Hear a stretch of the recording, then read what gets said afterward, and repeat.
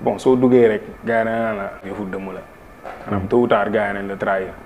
yow soo duggee rek lan la lay njëkk jàngal xëccoo même ak ñi la gën a proche ngay njëkk xëccool parce que ku nekk yaa ngi naan seize buur bi maay nekk premier fii maay nekk premier fële fekk affaire bi du loolu quoi xam nga industrie bi moo lay yaree noonu ba pare booy am problème kenn du ko fekke si gars yi soo am problème ak ñoo xam ne nii jaamu lañ la yéene kenn du ko fekke si gars yi te ñi lay wër rek ñoo xam ne ni duñ bokk sa staff du ñu nekk say xarit sax ñooy nekk sa noppi naan la waaye booy yow diw waaye xam nga fi mu bëgg a waxee xam nga di par force dina am nit yoo xam ne nii dinañ la wër naan la waaye booy kii daaxula lii daf la ëppale lii comme naa nga fi may waxee fekk ñooñu ñu ngi lay lor déjà ñu ngi lay gëmloo ni que fii gars yi yëpp ay dëmm lañ fekk gars yi taluñu la sax comme naa nga fi may waxee fekk gars yi seen bopp lañ talo fe te koo mere si tal boppam yow yaa nekk cuune si boppam xam nit su talee boppam nga mere ko ñun ñëpp lay dal quoi